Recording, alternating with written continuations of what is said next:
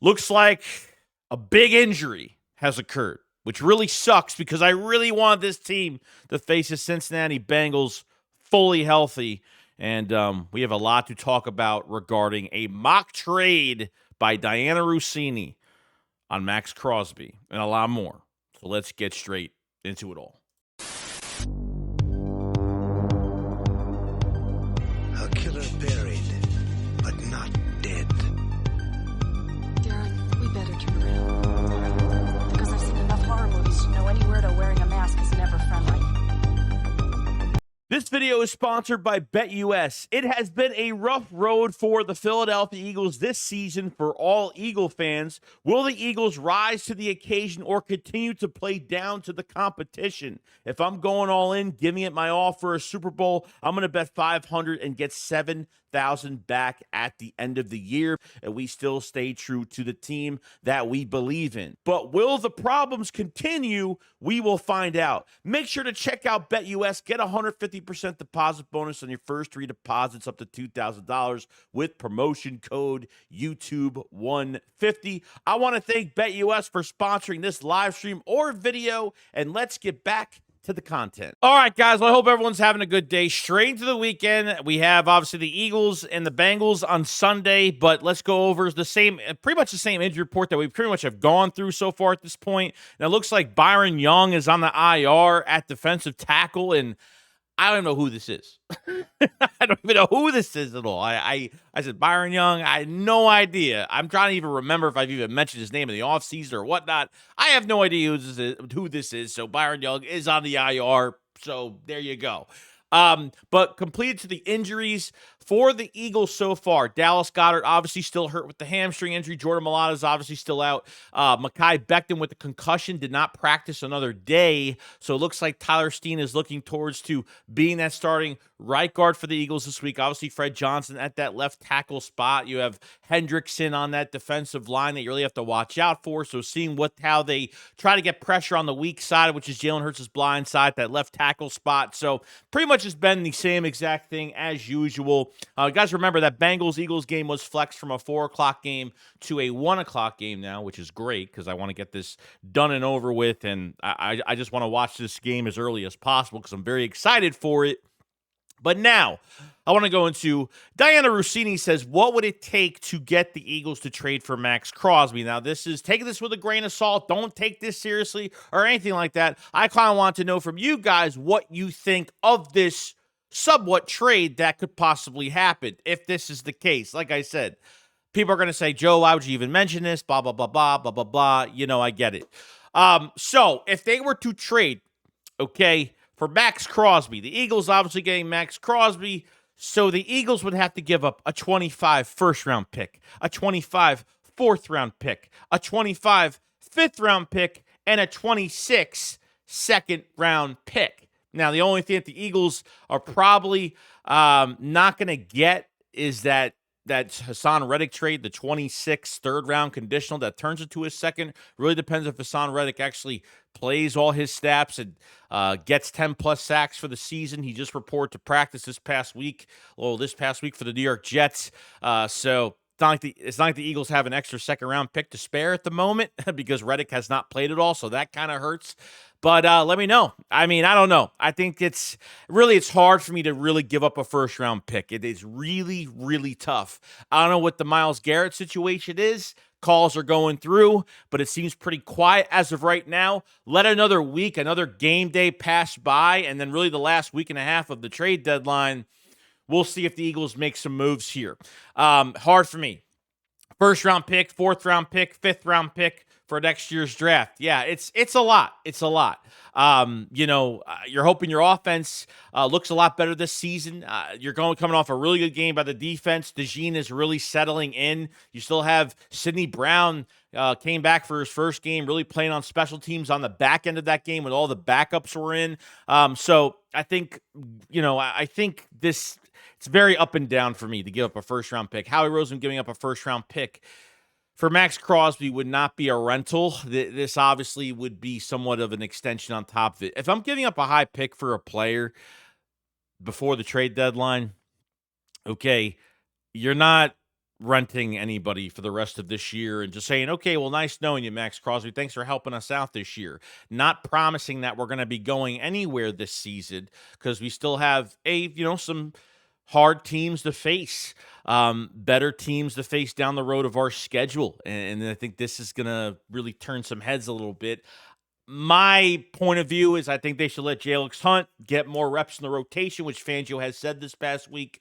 But are you giving up more for Maxx Crosby than Myles Garrett or less? That's really the big question because you're getting Myles Garrett pretty much in his prime at 28 years old, perfect age for the Eagles to keep him for a couple of years if that's what they want to do. Though they go down the old tunnel and go get a Von Miller or go get a Zadarius Smith or something like that. Guys a little older, might cost a little less, or might cost barely anything at all. But, if you want any promise on that edge, you're going to have to give up a little bit for it. So I don't know if I'm really into giving up a first-round pick for either of these players, but it would really have to work out for me. If the Eagles can get out of getting rid of anything other than a first-round pick, I'll be very happy about it.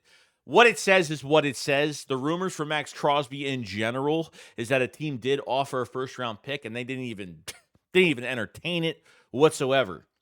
The Raiders came out and said, I forgot who said it for the Raiders organization or for the beat writers over there, saying that they wouldn't even give up 2 first-round picks for him. But what's said is said. Weeks do change. The Raiders start losing more games, and obviously the Raiders aren't good this year, okay? The Browns are definitely not good. They got to go face Baltimore this year. Next game.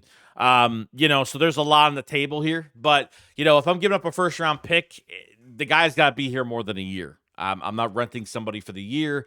I haven't really looked at the contracts and what's going on with both of these players, but there will have to be some loops around some of these contracts to see if they could fit them in. And the Eagles have, $24.5 million in cap space from what it's said so far.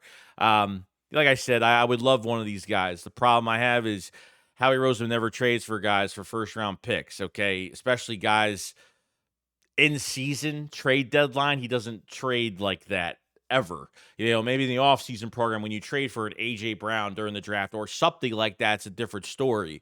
But when it comes to, in-season trades, I don't really see it happening. I could see them going after an edge guy that's a little bit older, which I'm not really a big fan of. I'd rather get one of these younger guys, but you have to pay a price for it. It's unfortunate. That's the business that you're in, and it's fleece season during the trade deadline. There's teams that want to trade away some of their good players if their teams are going downhill, to fleece other teams, get some high picks real early, teams that are very desperate for certain positional players. So I guess we'll find out what happens in the meantime of this whole situation of Maxx Crosby. So that was from Diana Rossini, the mock trade for Maxx Crosby. Let me know what you guys think about that whole entire thing. Now, big injury. And trust me, I hate this because, look, we have to look at it from both sides. Injuries happen, okay? But it looks like T. Higgins, okay, has a quad injury, ended up on the injury report for the Cincinnati Bengals. This is big because this is another receiver for the Bengals that just can't stay healthy. That's number one. Number two, this is a guy that's looking to get paid after this year, I think. I don't know what they've done with his contract so far.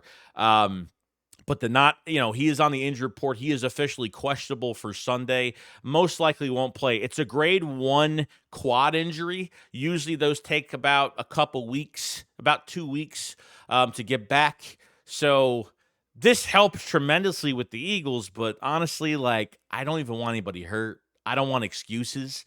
But at the end of the day, guys, we didn't have A.J. Brown for a few games. We missed A.J. Brown, Devontae Smith for a game.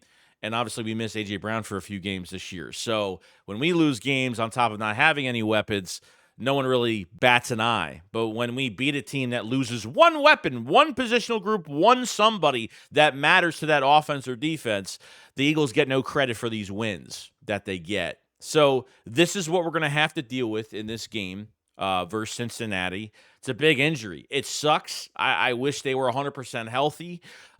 We pretty much said offensive. I think they're missing a safety they're starting. One of their starting safeties is already not playing in this game. Now one of their starting receivers is out. Yeah, it's big. It's huge for this defense.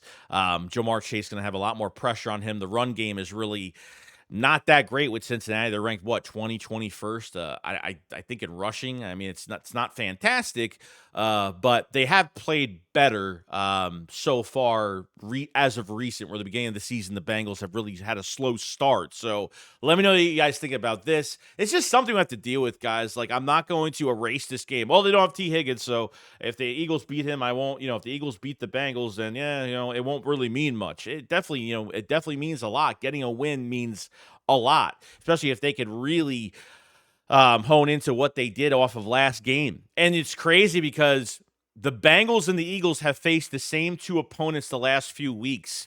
The Bengals face the Browns and the Giants. The Eagles have faced the Browns and the Giants, which I think that's pretty crazy. So there's really no other games to look off of as of recent the last couple weeks, because we have played pretty much the same opponents. And hoping this defensive line can get after it. And, Quinyon Mitchell, Darius Slay, see what they could do. Who's going to be on Jamar Chase? Are they going to stick one guy on him the whole game? Or are they just going to, play basic and just line up where they line up? And that's pretty much it.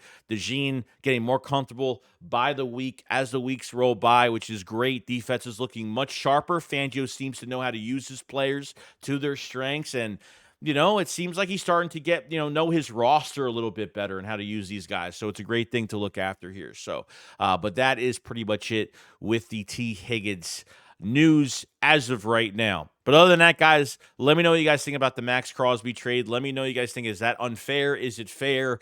Do you stay away from this? I mean, I want Jalix Hunt to get more in the rotation, but they go after a top-quality defensive end at this moment. And do they think that they have a chance to make some noise this season? Is this going to be a waste if the Eagles are still trying to figure things out? Maybe they give this another week, another few days to see if, do they need more to this defensive line? I think it's lackluster. I think they need a little bit more. You're not going to get 8 sacks every game. Nolan Smith, can he play like this every game and get a sack or 2 or something like that? Is Nolan Smith starting to rise a little bit? Is Bryce Huff starting to rise a little bit, So there are questions going to that edge position, going to the rest of the season. And like I said, you haven't faced the best of your opponents yet. These are the games you're supposed to win. The Browns, you were supposed to win. They didn't win by much, 4 points, obviously, 20-16. You pretty much had a fight with the Giants for a quarter, and the Eagles took over the rest of that game. 8 sacks for the defense. Big game by Saquon Barkley. And on top of everything else, now you're facing I say the best team you're facing on your roster besides Green Bay so far, with a quarterback that has struggled early in the season but has kind of rejuvenated a little bit. The defense for the Bengals isn't great against the pass, isn't great against the run, but as of recent, they have played better. But like I said, both teams have faced the Browns and they have faced the Giants. So that's your big difference there with everything going on with both of these teams heading into Sunday at 1 o'clock. Let me know what you guys think about it. Make sure to check out BetUS and start betting. And subscribe to the channel for Eagles news every single day. Like the video, helps out the channel out tremendously. Thank you so much, everybody. And I'll see you guys on the next one. Shicks, what up? Follow, slide. Peace out, guys. Peace.